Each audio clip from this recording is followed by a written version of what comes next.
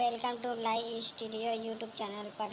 एक टापू था जहां सारी भावनाएं 19,94,455 रहा करती थी। एक दिन सभी भावनाओं को पता चला कि वह डूबने वाला है। सबने अपने बचाव के लिए नाव का निर्माण किया और वह टापू छोड़कर जाने लगे। लेकिन प्रेम वहीं रहा। प्रेम आखिरी संभव क्षण तक उस टापू में रुका रहा।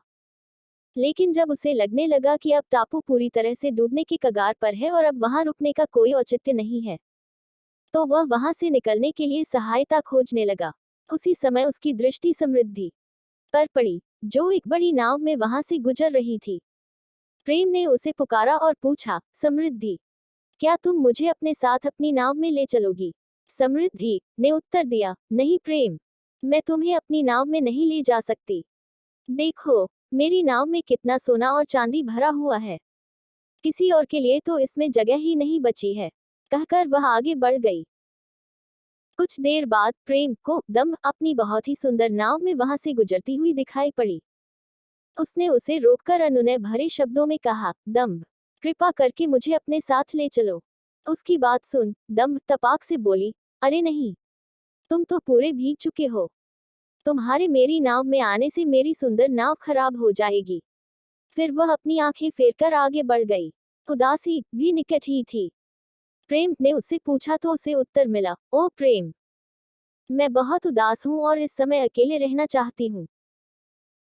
ठीक उसी समय खुशी भी वहां से गुजर रही थी, लेकिन वह इतनी खुश थी कि उसने प्रेम की पुकार सुनी ही नहीं और आगे निकल गई।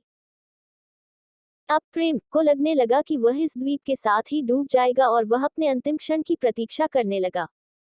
तभी एक गंभीर स्वर उसके कानों में पड़ा, आओ प्रेम, मेरे साथ आओ, मैं तुम्हें ले चलता हूँ।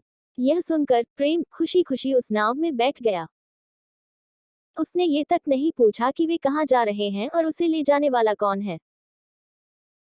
सूखी धरती पर पहुंचने के बाद उस गंभीर आवाज ने प्रेम को वहां छोड़ दिया और अपने रास्ते पर चला गया। कुछ देर राहत की सांस लेने के बाद प्रेम को यह एहसास हुआ कि जिसकी सहायता से उसकी जान बच पाई है, उसके बारे में उसे ये तक पता नहीं कि वह कौन है।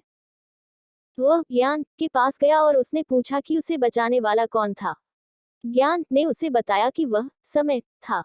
समय, भला उसने मुझे क्यों बचाया? प्रेम ने हैरत में पूछा। ज्ञान मुस्कुराया और बोला, क्योंकि समय ही प्रेम का मूल्य समझ सकता है। तो दोस्तों, यह थी हमारी आज की कहानी। आपका क्या कहना है? कमेंट, लाइक, सब्सक्राइब करें। तो आज के लिए इतना ही।